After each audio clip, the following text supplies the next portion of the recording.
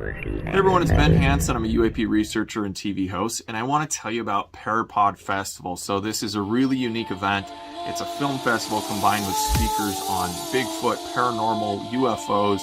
I'm going to be speaking on April 1st at the Hyatt Regency in Santa Clarita, California. The night prior, I'm going to be leading in Night Vision Skywatch. So there's a lot of events, cool stuff. Check it out. Go to parapodfestival.com for tickets.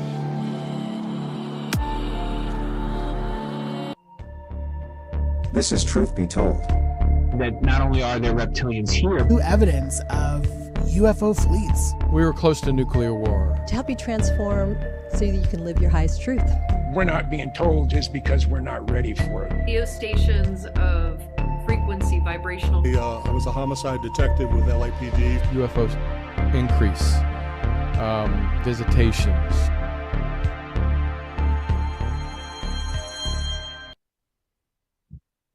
A big hairy beast.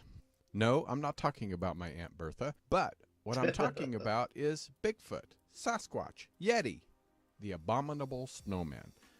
Today we have on the show Ronnie LeBlanc, best-selling author of Monsterland and cast of Expedition Bigfoot, talking about his journey on finding out the truth on Bigfoot and other mystic monsters. Also, he's going to be appearing at the Parapod Festival coming up March 31st and April 1st in Santa Clarita, California, so get your tickets. But I'm ready to get my gear on, dive into the dark wooded areas, and find the mystery of Bigfoot. I'm Tony Sweet with Truth Be Told. Please welcome to the Truth Be Told studios for the first time, best-selling author, cast member of Expedition Bigfoot, Ronnie LeBlanc. Ronnie. Tony. How are you? I am good. And happy St. Patty's. I see you have your green on. Yes, I'm wearing a little Descendant shirt, so representing Los Angeles as well. Awesome. I've done my DNA, and I do have a lot of Irish background. I think most of us with this color of skin probably do. Yeah. And I have my little green on. This is my Truth Be Told shirt, but I have green on. Nice. If you see it real closely, and I have green screen, so I couldn't really wear a lot of green. Otherwise, you just see a head. Well, first of all, I want to thank you for being here. You haven't been on my show before, and I'm excited to have you. And you're going to be at the first annual Parapod Festival coming up in just 2 weeks from today. It starts today. You're going to be speaking 2 weeks from tomorrow on April 1st. But, we have a haunted tour on the 31st on Friday night at the Mentryville, which is it's a ghost town and supposed to has some haunted houses, and we're going to go through it. So hopefully you can join us there. Absolutely. But to start with your journey, like I said, everybody that in the paranormal field, we usually have one incident that kind of really perked our interest or kept in our mind of, I saw a UFO, I saw a ghost, I saw a Bigfoot, I saw something. How did your interest get started in the paranormal genre? For me as a kid, I was always curious. I was definitely interested in animals and specifically monsters. I remember just kind of going through a library and walking by, books about cryptozoology and Lauren Coleman, things like this, that I started going, oh my gosh, there's unclassified animals out there. And then right next to that, there's UFO books and ghost and all that. Right. So I was magnetically drawn to that immediately. And then I was 11 years old, and I grew up in Leominster, Massachusetts, which is the birthplace of Johnny Appleseed. Oh, wow. And and we have an area that's called Monsterland. And as a kid, it was a place that I would go to meet my friends, and we would ride bikes, sand dunes by the power lines, through these different trails. It's a place where high school kids would go and have bonfires and parties. And it was kind of a lover's lane type place, but it got its moniker from people seeing as early as the 1800s, these Bigfoot creatures and UFOs and orbs and all this different stuff. And unbeknownst to me, I just knew it as a place to go hang out with my friends. So there was a particular trail that I would go to kind of meet them. And off of that trail was one that just always seemed to have this gloomy vibe to it, and the canopy of the trees created this dark trail, and you would get the heebie-jeebies when you would go by this Right. thing. And as a kid, I was, if I was by myself, I was a little terrified, so I would kind of pick it up pretty quickly. And at this particular day, beautiful out, I was feeling really courageous and decided to go down that trail, and I had to walk my bike up the hill initially, and then started going in, and I was pedaling, and I noticed right away that it was kind of dead in there. There was no animal life, no birds, no squirrels scurrying about. It definitely had a different kind of vibe to it. And immediately I was kind of on the defensive, kind of looking around and just kind of like, what am I doing? Right. So as I started pedaling further in, I got to a point where the trail started to choke. And this is in the summertime, so you literally can't really see much beyond 4 to 5 feet with the green.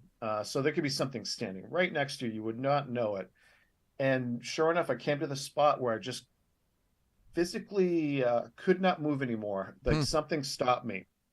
And so I put both feet down on the ground, and I just listened, and I looked forward, and immediately within a few seconds to my left, the forest started to erupt.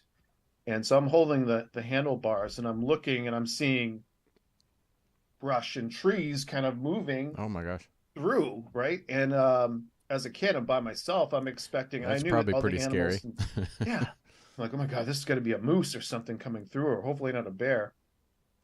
And as I'm watching to see what kind of comes through, I can start to feel the reverberation through the soles of my feet.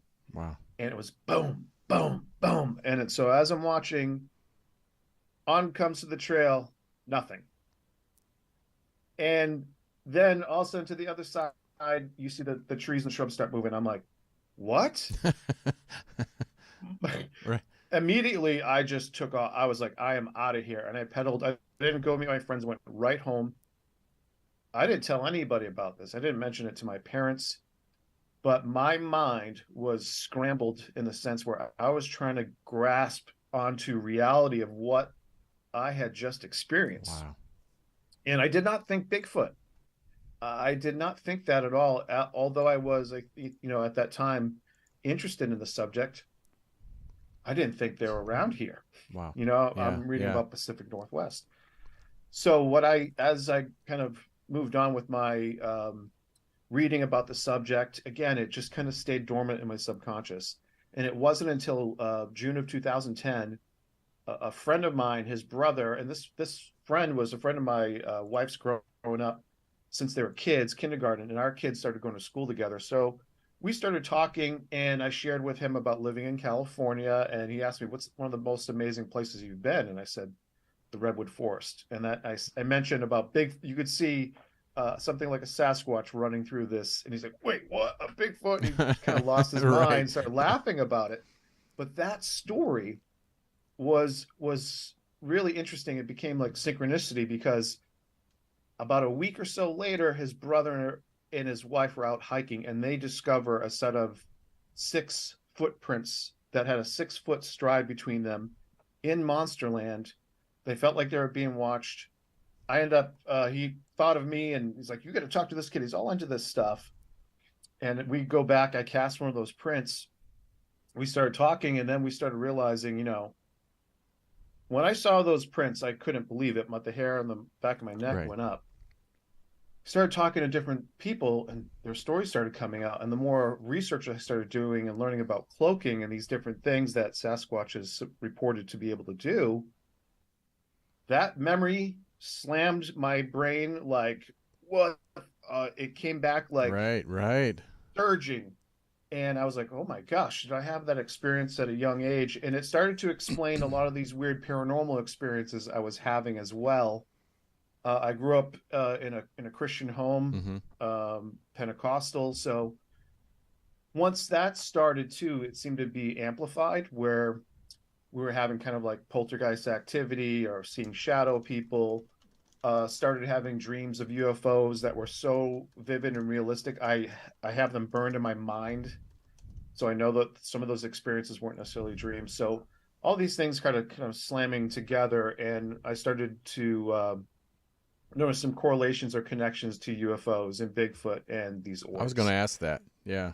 Yeah, and that's what kind of got me on this journey to put this book together and started collecting these stories. But then I just started noticing just some of those similarities from, I would just devour everything I could on UFOs or Bigfoot. Anything that came out about that, I would be reading it. I'd be watching everything I could. And I just started noticing things that were like, okay, this is interesting. And then researchers like John Keel and others that had talked about these window areas. It started to make sense to me now. Why are people seeing Bigfoot and UFOs in these same general areas? Yeah. So the idea of portals and these different things started to come together. And what really solidified my early experience with this cloaked or invisible thing is, since that time, I've had probably 4 different people tell me stories or experiences in that general area of something that was invisible. And one person actually talked about seeing a Bigfoot actually start to vanish from his hand all the way up and disappear as it walked away. So this area, I do believe, in Monsterland has a portal or vortex or something that these things are coming out of. Just a couple of years ago, prior to us moving to our new house, my wife and I experienced what I would, I guess, describe as thunderbirds. Giant bus-sized beings made of like what looked like flames, flying through the air like dolphins in the water. Oh, wow. Chasing after each other. And this was after about 3 different nudges that my wife had gotten against her leg in the garage, like something that she couldn't see touched her, and it kind of encouraged her, let's go outside. And we looked up above the house, and these things are flying over the house, not making a sound. We were blown away at what we're looking at. And shortly thereafter, I just had the feeling, in different instances like this before, where we've seen some strange lights or orbs, that they would follow that same path. And right after that, a green UFO comes flying through, completely silent, spinning around, and then this white bluish creature-looking UFO was following it not too far away. So there's something about this area. There's something about New England. We have the Bridgewater Triangle. So there's a lot of stuff out here. But for me, what solidified it was doing the show and having the experience of something cloaking in front of us, that our flashlights, Dr. Murray and I, our flashlights together projected a shadow on the rock wall, which was a Bigfoot creature. Right. Wow. And you could see the hair on the head and everything else. And it was, that is cool. Something we captured on video, which I'm really proud of.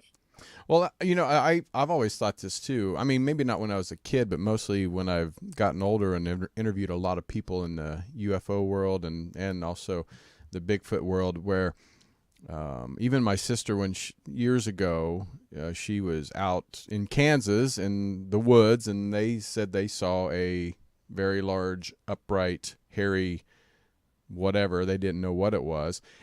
But there's also, back in the day, a lot of UFO sightings around the area where I grew up. So that's when I was like, I wonder if Bigfoots are just another form of alien life form.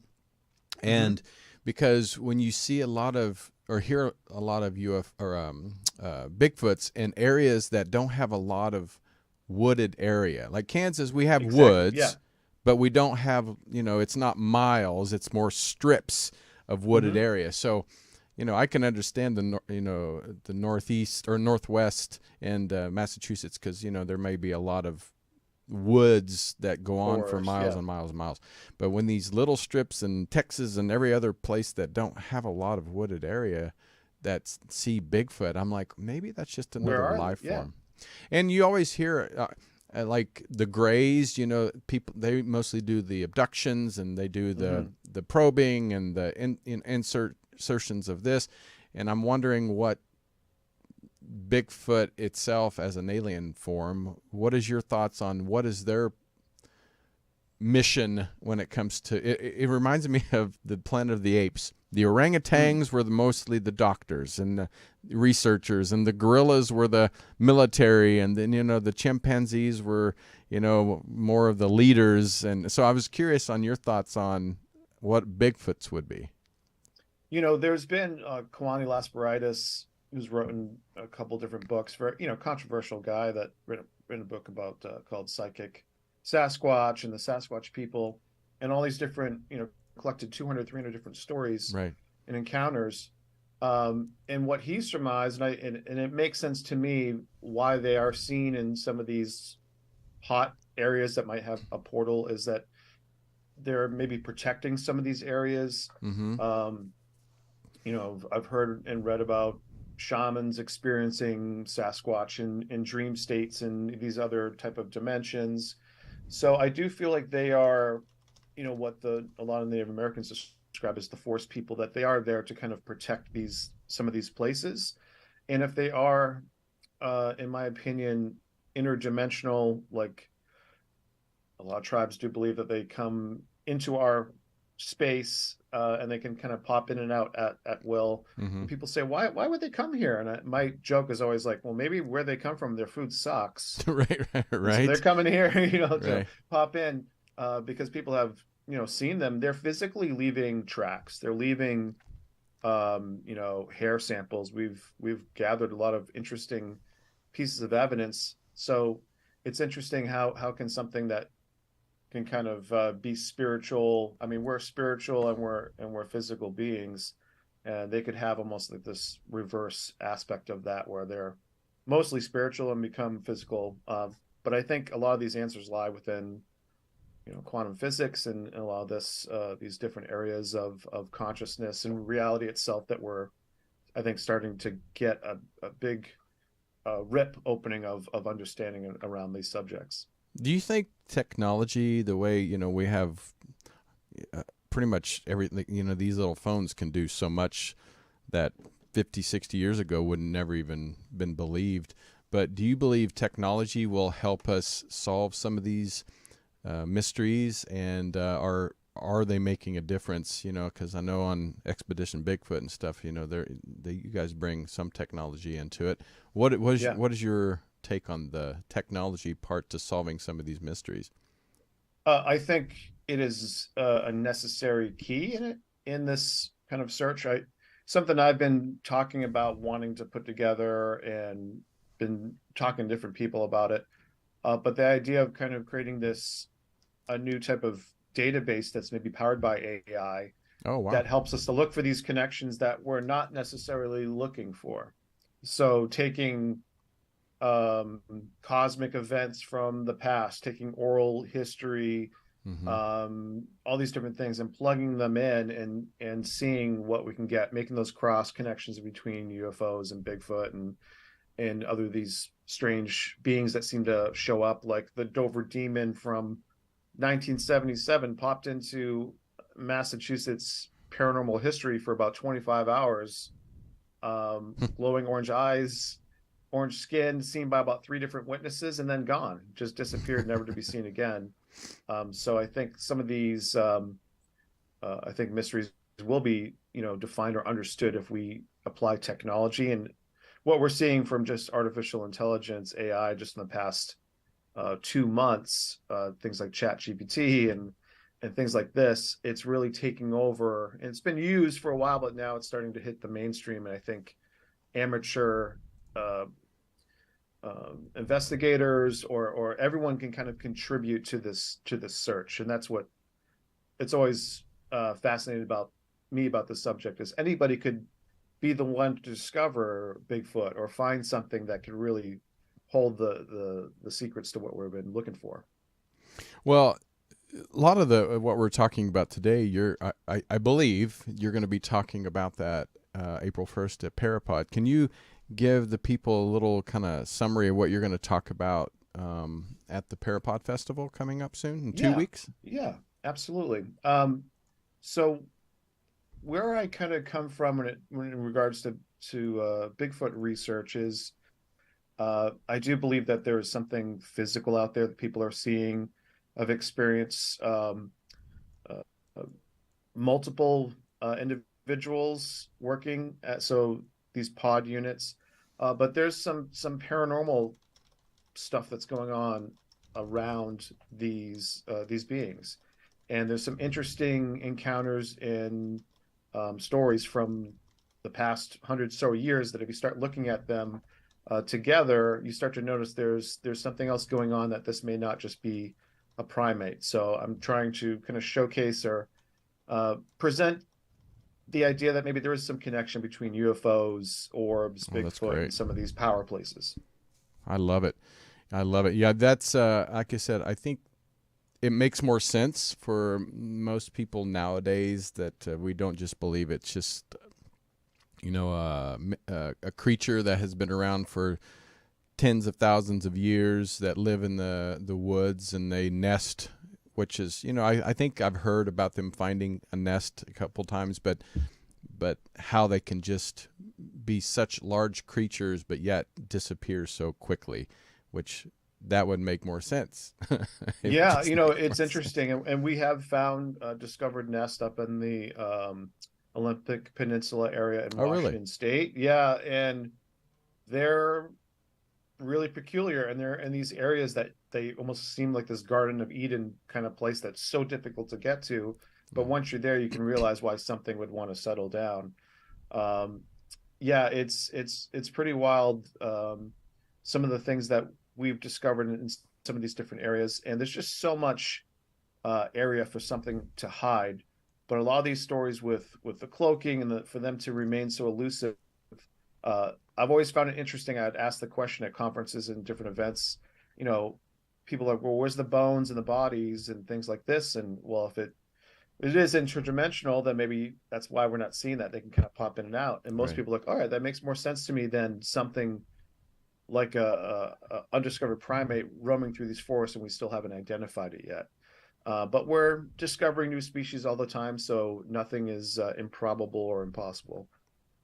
Yeah, I mean, is there any correlation between giants in the Bible and Bigfoot too? Because again, they're no longer. I mean, we have tall people but we don't necessarily hear about the giants living among us anymore. But so yeah, what about Hugh Newman and Jim Verrera? Jim, who I know, wrote several different books regarding giants and some of these different skeletons that were listed in these early newspaper reports from the late 1800s, early 1900s, of 8, 9, 10, 11 foot skeletons with 6 fingers and all these things, whisked away by the Smithsonian. So I think there could be bones out there that are, I think, maybe been discovered and they just get whisked away. Yeah, and maybe they could really create some interesting backlash or turbulence within the community when it comes to God and things like that. Because there is that theory of Nephilim, that these are fallen angels. This is like Cain and Abel. Right.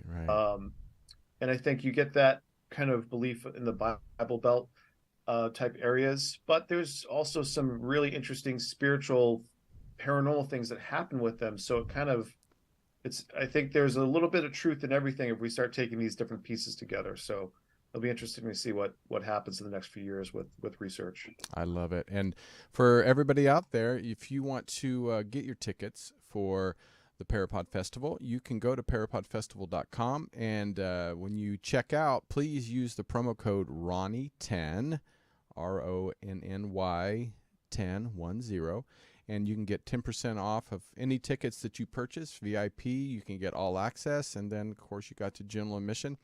I mean, $35 can get you in to see Ronnie and tons of other amazing speakers, because this is celebrating all things paranormal. It's kind of one of the first of its kind, because we bring all paranormal under one umbrella and just celebrate each other. It's just like a community that we're so diverse, but yet we're trying to bring mystery and mythical creatures to life and to the table. So we hope you can come and see us and come and see Ronnie. So thank you, Ronnie, so much for being here. We're going to, for everybody that wants to jump on Instagram with us, we're going to do an Instagram Live here shortly. So please come and join us over there. But Ronnie, how do people find you, follow you, and find out, besides Parapod, where's some other places you're going to be? Yeah, I'm doing an interesting free library tour in Massachusetts. So I've booked probably about 40 different libraries across the state throughout the year. So you have a chance to come see me, chat and talk, share your encounters, and for free on that level. But then I'm also speaking at different conferences. I'm going to be at the Great Western Bigfoot Conference in Florida in April. But you can find out some of my different upcoming events on RonnieLeBlanc.com. I'm on all different socials as well. That is awesome, and thank you so much. And we're going to have you back so we can have even a longer conversation. I would love that. Yeah, there's so much to talk about because he's a big hairy or she's a big hairy, but I have to say that we just touched on a little bit of what Bigfoot is about and other mythical monsters that go way beyond Bigfoot. So I can't wait. Very true. Awesome. All right, well, everybody, thank you so much for being a part of Truth Be Told, and we hope that you enjoyed this. Please share and follow, and hopefully we'll see you at the Parapod Festival. Until next time, I'm Tony Sweet with Truth Be Told, and have an amazing day. Bye. This has been another episode of Truth Be Told. Thank you so much for watching. Recorded live at UBN Go Studios in Burbank, California. Join us on social media. Facebook, Truth Be Told Radio. Instagram, Truth Be Told Paranormal. Go to Truth Be Told Worldwide for more information on upcoming shows. This has been